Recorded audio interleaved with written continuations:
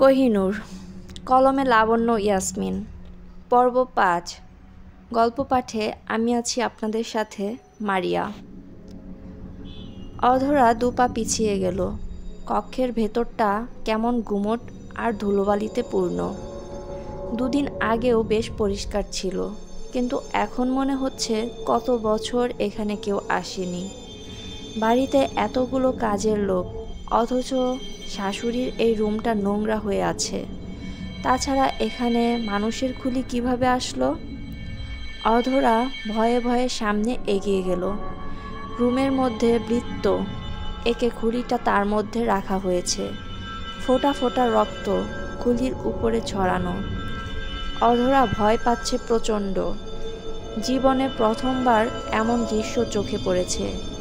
এই বাড়িতে কোনো জাদুবিদ্যা বা কালো জাদু চর্চা হয় কি মনের মধ্যে ঘুরপাক খাচ্ছে।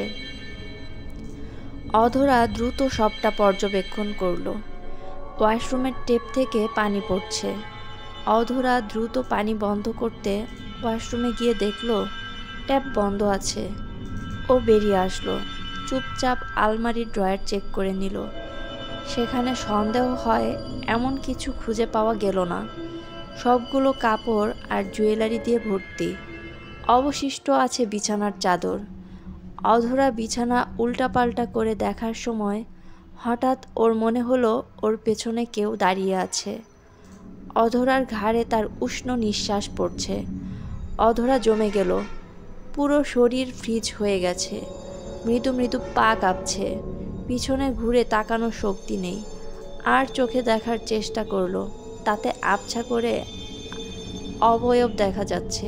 একবার মনে হচ্ছে ওটা কোনো মেয়ে, আবার মনে হলো ছেলে। অধরা এবার দ্রুত পেছনে ফিরল, কিন্তু কক্ষ শূন্য, কেউ নেই। অধরা আর অপেক্ষা করল না। দৌড়ে নিজের রুমে গিয়ে দরজা বন্ধ করল। কি ভয়াবহ অভিজ্ঞতা! ঢকঢক করে পানি গলায় ঢেলে দিয়ে বিছানায় বসে পড়ল। গতকাল ঝামেলার পর থেকে জুবাইয়ের এই রুমে আর আসেনি। বিষয়টা খারাপ না, মোটামুটি ভালো বলা চলে। সকাল 10টা বাজতে চলেছে, অথচ এই রুমে এখনও খাবার আসেনি। এমনটা আজকে নতুন। কেন আসেনি ওর জানা নেই। নাকি এরা ওকে খাবার না দিয়ে মারার চিন্তা করছে, আল্লাহ ভালো জানে। কথাগুলো ভেবে ও আবারও বাইরে পা বাড়ালো। দোতলা থেকে নিচে তাকিয়ে চমকে উঠল। আবারও সকলে সাদা পোশাক পরেছে।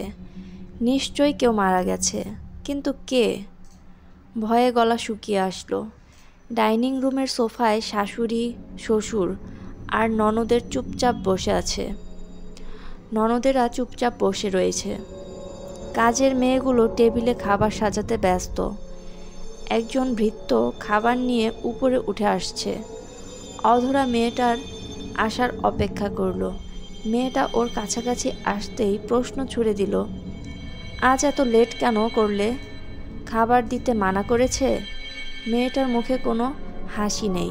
মুখটা স্বাভাবিক রেখে যেতে যেতে উত্তর দিল, জুহি ম্যাম মারা গেছেন। বাড়িতে শোক চলছে।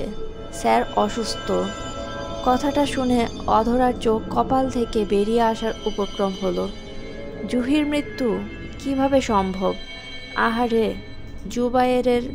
ওর জন্য অধরার এবার কষ্ট হলো। ভাবলো যার জন্য এত কিছু করলো সেই থাকলো না। দুদিনের দুনিয়া, তবু মানুষ এমন কেন করে বুঝি না। ভাগ্য বিধাতা কাউকে ছাড় দেন না। এটা না বুঝেই মানুষ জঘন্য পাপে লিপ্ত হয়। কথাগুলো এলোমেলো ভেবে অধরার মনে প্রশ্ন জাগলো, সুস্থ সবল মানুষ হঠাৎ মারা গেল কিভাবে? কথাটা ভেবে এই প্রশ্ন করল। হঠাৎ কি হয়েছিল জানো? মেবি খুন ম্যাম। গতকাল ওনার বয়ফ্রেন্ডের বাসা থেকে লাশ উদ্ধার করা হয়েছে। সঙ্গে ওনার বয়ফ্রেন্ড ছিল। সুইমিং পুলে গলা টিপে মারা হয়েছে। লাশ পানিতে ভাসছিল। অধরা চোখ বড় বড় করে বলল, জুবায়ের ছাড়াও মেয়েটার বয়ফ্রেন্ড ছিল? একজন মেয়ের একাধিক বয়ফ্রেন্ড? জঘন্য বিষয়। আমার কি মনে হয় জানো, জেলাসি করে জুবায়ের ওদেরকে খুন করেছে, নয়তো হঠাৎ করে কে ওদেরকে খুন করবে বলো? সরি ম্যাম, জুবায়ের স্যার রাতে বাড়িতে ছিলেন, আপনার পাশের রুমে। সকালে খবর শুনে ওনারা গেছেন দেখতে। লাশ দেখে স্যার অসুস্থ। অধরা কিছু একটা ভেবে বলল, আচ্ছা, তুমি কি এই বাড়িতে অদ্ভুত কিছু লক্ষ্য করেছো? যেমন ধরো ভুতুড়ে কিছু, যেগুলো আমরা মুভিতে দেখি, আত্মা বা জিন এসব। মেয়েটা টেবিলে খাবার রাখছিল। হঠাৎ ওর এ ধরনের প্রশ্ন শুনে চমকে গিয়ে বলল, না না ম্যাম, এসব দেখিনি। আপনার মনের ভুল, আপনি খেয়ে নিন, আমার যেতে হবে। অধরা চামচ উঠিয়ে নিয়ে খাবার মুখে দিয়ে বলল, আমার জন্য এসব অখাদ্য কে আনতে বলেছে রুশি? তোমার স্যারকে বলবে আমি এসব খাবো না। ডিম না এনে তুমি লুডুস আনবে। ফলের জুস আমি পছন্দ করছি না। অধরার কণ্ঠ দিয়ে একরাশ বিরক্তি ঝরে পড়ল। ভ্রু কুঁচকে খাওয়া শেষ করলো। মনের মধ্যে ভয় থাকলেও কেন জানি জুবায়েরের কথা ভেবে শান্তি লাগছে। লোকটার উচিত শিক্ষা হয়েছে, তবে মেয়েটার মৃত্যু নিয়ে বেশ চিন্তা হচ্ছে। একজনের পাপের শাস্তি আরেকজন কেন পাবে, এটা ঠিক হলো না। গত 1 ঘন্টা জুবায়েরের নিথর শরীর বিছানায় লেপ্টে আছে, অজ্ঞান অবস্থায়। একদিকে বিশ্বাস ভেঙেছে, অন্যদিকে প্রিয় মানুষের অকাল মৃত্যু। জুহি ওকে মিথ্যা বলেছিল। পূর্বের বয়ফ্রেন্ডের সঙ্গে ওর যোগাযোগ নেই বলেছিল, কিন্তু এরকম না, বরং ওর থেকেও সেই ছেলেটার সঙ্গে জুহির বেশি ঘনিষ্ঠতা বেশি রয়েছে। ছেলেটার সঙ্গে জুহি প্রায় ওদের বাসায় যাওয়া আসা করত, যেটা জানার পরে জুবায়েরের হৃদয় ভেঙে টুকরো টুকরো হয়েছে। সেই সঙ্গে হতাশা। মেয়েটা ওকে কিভাবে ঠকাতে পারলো মাথায় আসছে না। এত এত ভালোবাসার পরেও মানুষ আবারও কিসের নেশায় আরেকজনের কাছে ছুটে যায় কে জানে। এসব বেঁচে থাকতে জানলে মেয়েটার কপালে দুঃখ ছিল। ঠকানো কাকে বলে থাপ্পড় দিয়ে শিখিয়ে দিত। বারবার অধরার কথা মনে পড়েছে। জুবায়ের সেই দুঃখে জ্ঞান হারিয়েছে।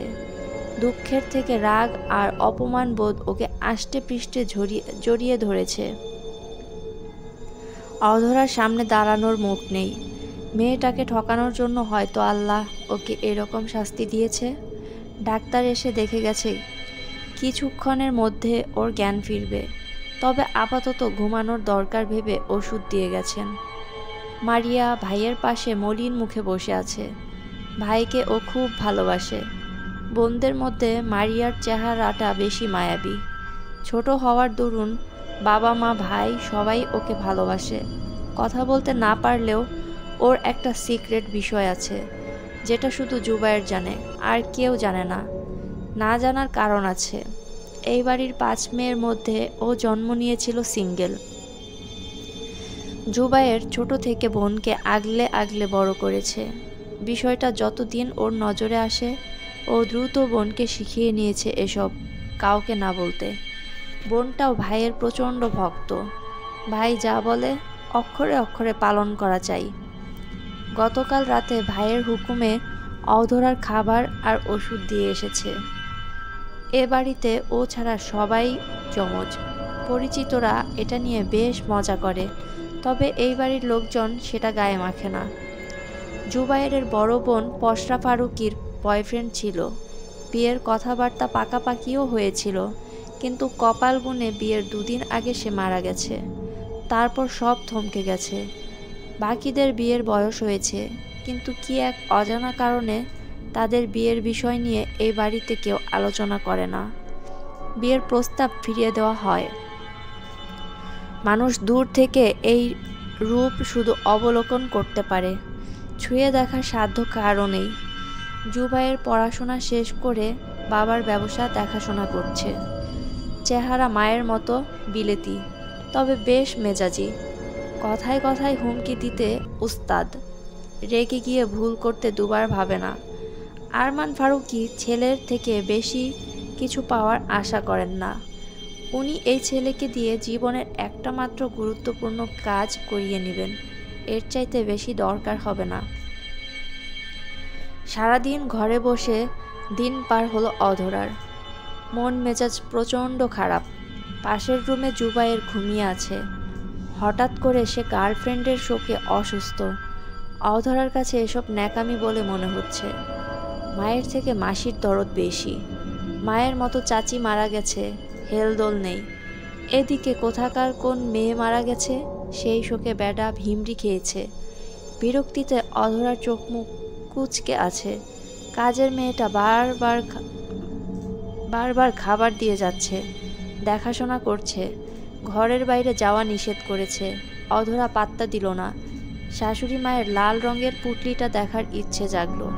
ভাবলো জুবায়ের পাট হয়ে পড়ে আছে, তার মানে ক্যামেরা চললেও চেক করতে 2 দিন সময় লাগবে। যা হবে পরে দেখা যাবে ভেবে কৌশলে আবারও কাপড় চেঞ্জ করার বাহানা দেখিয়ে পুটলিটা নিয়ে বসে পড়ল। লকেট, সেই সঙ্গে বাংলাদেশ যাওয়ার পাসপোর্ট, ভিসা, বেশ কিছু টাকা। টাকার নিচে একটা চিত্র। অধরা চিত্রটাতে পাশাপাশি জুবায়েরের 2টি ছবি দেখতে পেল। একটাতে ওর চোখ খুব স্বাভাবিক লাগছে, অন্যটাতে রক্তিম। অধরা বুঝল না কিছু। যেমন ছিল ঠিক তেমনিভাবে রেখে দিল। রুমের চাবি আছে ওর কাছে। বাড়ির বাকি রুমগুলোতে তল্লাশি করতে হবে। যত তাড়াতাড়ি এই বন্দিদশা থেকে মুক্তি নিতে হবে। দেরি হলে ঝামেলা আছে। হাঁটতে চলতো কষ্ট হবে। অনিশ্চিত জীবনের পথে পা বাড়াতে হবে। মাথার উপরে ছায়া নেই যে ওকে আগলে রাখবে। কথাগুলো ভেবে ও দেয়াল ঘড়িতে সময় দেখে নিল। সময় রাত 10:18। কিছুক্ষণের মধ্যে খাবার দিতে আসবে কাজের মেয়েটা। অধরা অধীর হয়ে অপেক্ষা করল, কিন্তু কাজের মেয়ের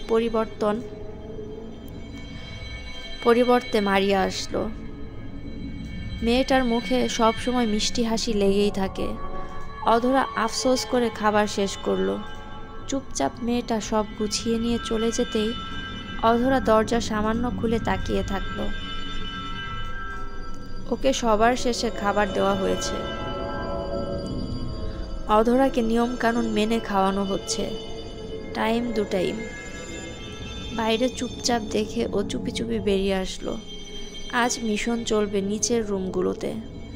কথাটা ভেবে ও লম্বা লম্বা পা ফেলে নেমে আসে। ডাইনিং রুমে কতদিন আসা হয় না ভেবে আশেপাশে ভালো করে লক্ষ্য করলো।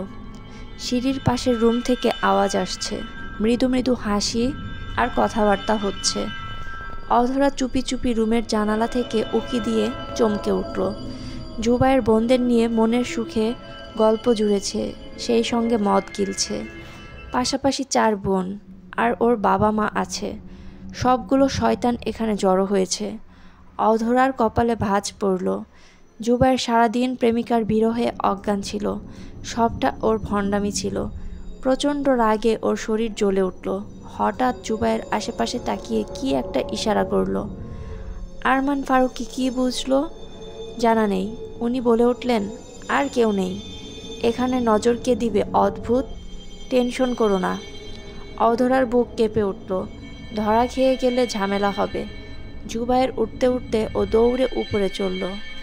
নিজের রুমে ঢুকতে যাওয়ার আগে পাশের রুম টপকাতে গিয়ে দেখল খোলা দরজা দিয়ে ঘুমন্ত জুবায়ের। মুখ ওর চোখে পড়ল। ছেলেটা ঘুমিয়ে আছে। অধরা থমকে গেল। পা চলছে না। দরজার পাশে দাঁড়িয়ে থাকলো। লোকটা দীর্ঘ নিঃশ্বাস জানান দিচ্ছে ঘুমটা কতটা গভীর। কিন্তু কিছুক্ষণ আগে ও নিচে জুবায়েরকে দেখে এসেছে। ওর আগে ছেলেটা কিভাবে উপরে আসতে পারে? সম্ভব না। প্রশ্ন জাগলো, ছেলেটার কি কোনো অলৌকিক শক্তি আছে, নাকি দৃষ্টির অগোচরে এই বাড়িতে 2জন জুবায়ের বসবাস?